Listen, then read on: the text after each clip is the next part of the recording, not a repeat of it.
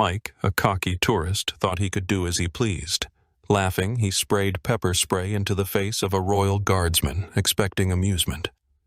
But the Guardsman's unflinching reaction and the shocking aftermath left everyone stunned and changed Mike's life forever. But before we dive into this incredible story, make sure to hit that subscribe button and turn on the notification bell. We share the untold stories, secrets, and traditions of the British Guards every day. And trust me, you don't want to miss what's coming next. The morning in London was cloaked in a familiar mist, the kind that seemed to hang in the air like a lingering memory. On the square outside Buckingham Palace, Thomas stood at his post, a statue of discipline and tradition. His tall, broad frame was adorned in the unmistakable uniform of the Queen's Guard, complete with the iconic bearskin hat. Every line of his posture spoke of years of rigorous training and unyielding commitment. To the crowds gathered there, he was an emblem of duty, a symbol of the unwavering resolve that defined British heritage. Tourists milled about the square, their cameras clicking and voices chattering in a symphony of excitement. Children waved, hopeful for a smile, while adults attempted to capture the perfect shot. Thomas, as always, remained motionless, his gaze steady, his face an unreadable mask. He had faced countless crowds like this before, laughing families, eager photographers, and the occasional troublemaker who believed he could break the stoic guard's composure. Among the usual flurry of activity, one figure stood out. A man in his mid-30s with unruly red hair and a cocky grin sauntered into the square, exuding an air of misplaced confidence. His voice carried over the crowd as he introduced himself to his friends. "Watch this," he said, his tone dripping with mischief. "I'm about to make history." At first, his antics were nothing out of the ordinary.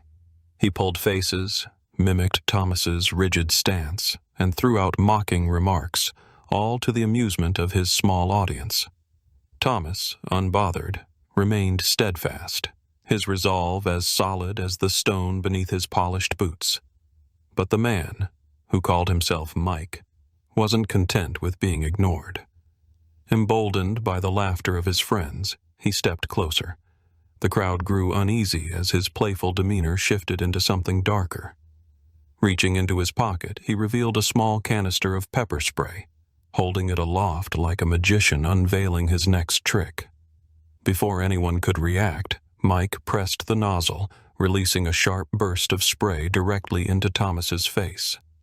Gasps rippled through the square as Thomas, though visibly affected, stood his ground, his unflinching presence both defiant and awe-inspiring. Thomas felt the searing pain as the pepper spray burned his eyes and throat, yet his face remained a mask of stoicism. Years of training had prepared him for endurance, for moments when his own discomfort meant nothing in the face of duty. His vision blurred, and each breath felt like inhaling fire, but he did not waver. To flinch, to move, would have been to abandon the very principles he had sworn to uphold. The square, once buzzing with casual chatter, was now drowned in a collective gasp. Shock rippled through the crowd like a stone dropped into still water. Some screamed in outrage, their voices cutting through the thick tension of the moment. Phones shot up, their lenses capturing the unfolding drama, while others called for security.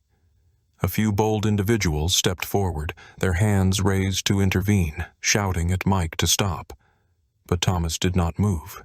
He was a pillar of unshakable resolve, his rigid stance a silent rebuke to the cowardice of the act. The burning in his eyes intensified, yet his training demanded composure. To the onlookers, his silence spoke volumes.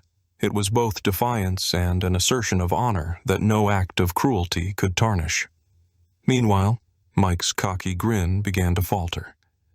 The gravity of his actions seemed to dawn on him as the energy of the crowd shifted from stunned disbelief to righteous fury. He glanced around, his confident swagger replaced by unease. Step by step, he backed away, his laughter replaced by a nervous silence. But escape was not an option. The crowd, now united in outrage, tightened around him like a human barricade. Strangers, who moments ago were mere spectators, now became a wall of condemnation, their faces etched with anger and disgust. From the corner of the square, Thomas's fellow guardsmen rushed forward. Their heavy boots pounded against the pavement as they closed the distance, their movements sharp and purposeful.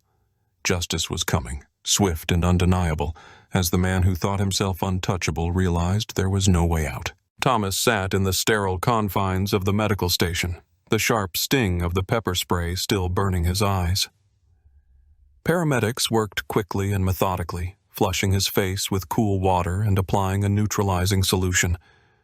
The pain was almost unbearable, a relentless fire that threatened to overwhelm even his steadfast composure.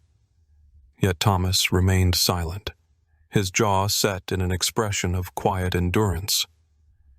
"You'll need time to recover," the attending medic said gently, concern evident in her voice. "You should take the rest of the day off." Thomas shook his head, his voice calm but resolute. "I can carry on. They must never see weakness," he replied, his tone betraying not an ounce of doubt. For him, the uniform he wore symbolized more than duty.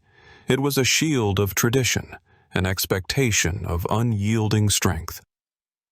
While Thomas prepared to return to his post, justice was already in motion. Mike, the instigator of the attack, had been swiftly detained by the police. At the station, his bravado began to crumble. He tried to laugh off his actions, describing the incident as just a joke and accusing the crowd of overreacting. But the officers remained unimpressed, their faces stoic as they reviewed the damning video footage captured by bystanders. The recordings told a story Mike could no longer deny. His deliberate actions and the cruel intent behind them were laid bare for all to see. What he had dismissed as harmless fun had escalated into an act of aggression, one that would carry legal consequences. Meanwhile, the digital world roared to life. Clips of the incident spread like wildfire across social media platforms, sparking a storm of outrage. Strangers from across the globe condemned Mike's behavior, flooding his accounts with messages of anger and disgust. At the same time, Thomas became a symbol of resilience. Comments poured in praising his unwavering composure and steadfast resolve. The incident, though born of cruelty, became a testament to Thomas's strength. In the face of humiliation and pain, he had upheld the dignity of his role, inspiring countless others with his quiet determination. A few days later, Thomas resumed his post outside Buckingham Palace. The morning air was crisp, the sunlight reflecting off the palace's golden gates. As he marched into position, his polished boots striking the pavement with purpose, a ripple of recognition spread through the gathered crowd. Whispers turned to cheers, and suddenly the square erupted in applause. Tourists, who might have otherwise treated him as another London landmark, now looked at Thomas with newfound admiration. Children waved excitedly, while adults held up their phones to capture a moment that felt larger than life. Some stepped forward to thank him, their voices filled with respect. A few even left small notes of gratitude or flowers near his post, gestures meant to honor not just his role, but his unshakable courage during the infamous incident. Though Thomas remained as stoic as ever, his heart swelled at the unexpected show of support. He hadn't sought attention or recognition, but it was clear that his composure under pressure had struck a chord far beyond the square. The incident had grown into a global symbol of professionalism and resilience. Media outlets around the world reported on the guardsman who stood firm despite an act of deliberate cruelty. Thomas's face became synonymous with duty and honor, his quiet strength inspiring countless individuals. Mike, meanwhile, had faced the weight of public and legal consequences. In interviews, his once cocky demeanor was replaced by visible regret. "I've learned the hard way that not everything in life is a joke," he admitted, his voice subdued. Fined and publicly shamed, he would carry the memory of his actions and the backlash they provoked for the rest of his life. That evening, after hours of standing watch, Thomas returned home. He removed his bearskin hat and set it carefully aside, a small smile breaking across his face. For the first time in years, he allowed himself this quiet moment of satisfaction. He had not just fulfilled his duty, he had shown the world what it meant to endure with dignity, and that knowledge was its own reward. If you enjoyed this story, leave a like and let us know in the comments which guard tradition you'd like us to cover next. See you in the next video.